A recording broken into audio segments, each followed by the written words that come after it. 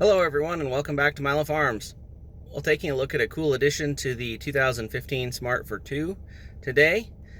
As everybody knows, on the regular instrument panel you can see down here the latter smart cars do not have anything besides the speed, odometer, temperature and clock, and the park indicator and fuel gauge on the instrument cluster. It does not have anything about the oil, and it does not have anything about the temperature. Apparently that was removed on the later cars. So I wanted to get a gauge that would show those pieces of information that were missing.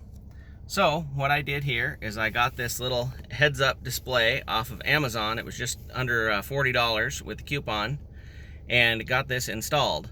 I've seen these installed several different ways, but I didn't want to cut any holes or damage anything on the car that couldn't be put back to normal.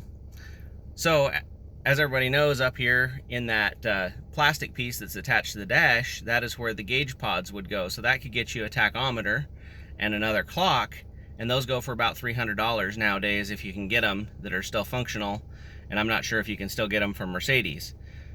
But under the normal installation, you would pop out that little piece. There's a tab on each corner on the right and left. You pop that out, then the new gauge pods would go in there with a screw to hold them down, and then there's a wire behind the instrument panel that it plugs into. So you could go with that for $300 and still not have the information that you want other than the tachometer and the clock. So this little device right here I picked up, and what I did is I went to a junkyard and I found another one of those little panels that goes onto the dash, and I grabbed that off of the car at the junkyard. I also found a screw on the smart car at the junkyard that fit the same screw hole under that panel to retain it if you had the original gauge pod. I don't know if it's the exact right screw, but it fits the hole and isn't too tight. So let's go ahead to the other side of the windshield and I'll show you how I mounted it. So as you can see right here, there is a screw that goes right there through the base. There's also a piece of double-sided tape under it, and that screw lines up perfectly with the original hole that's already under the dash for the original gauge pods to mount on. Then it also is retained by the clip that's in that corner right there and that corner right there. And then I fished this wire right here underneath, following the same path as it goes under here over to behind the steering column. Then let's take a look where it plugs inside.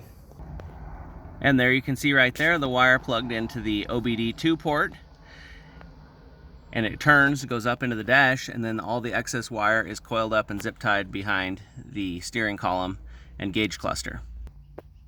So once I got the parts from the junkyard, it was a pretty easy installation. The hardest part of the whole thing was fishing the wire through this little channel from here over to behind the instrument cluster. I used a piece of weed eater string because I knew it wouldn't short out if it touched anything under there.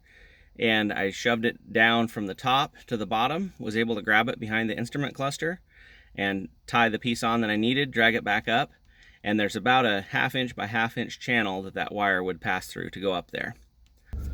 So on this gauge, there's a whole bunch of different options that you can set up. I just got it set up the way I wanted it, so I don't want to mess with it, but it can show a whole bunch of different images on the where it says 0 miles per hour there.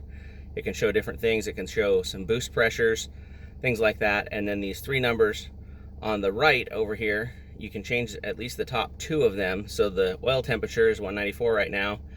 You can hit either the right or left button and it'll cycle through different options for those. There was boost pressure, there was oil temperature, there was engine temperature, a whole bunch of different options on there. And then you can hit that middle button and it'll cycle through different images on the entire screen. So different types of speedometers and tachometers and so on and so forth. Then at the bottom, you can see down here, it also shows the clock all the time. Then you can go into the menu by holding that middle button, and you can get into a whole bunch of different choices. It will also read out supposedly OBD trouble codes by putting the middle button in and going to that. It also has a GPS that can be set up, and you can see it's using that GPS to show the direction right now, but it also supposedly has a GPS that can show your speed and things like that, but I haven't played with it. So for under 40 bucks, I think this is a great purchase. I think it's really handy to have and a whole lot better than those $300 gauge pods and more information. than you can get with those. I keep looking at junkyards for those, but those go pretty fast if a smart car does ever end up at a junkyard with them. But all in all, great purchase, and check out the link in the description to purchase the product, and hope everybody enjoyed the video. And remember, you can't finish a project without getting started.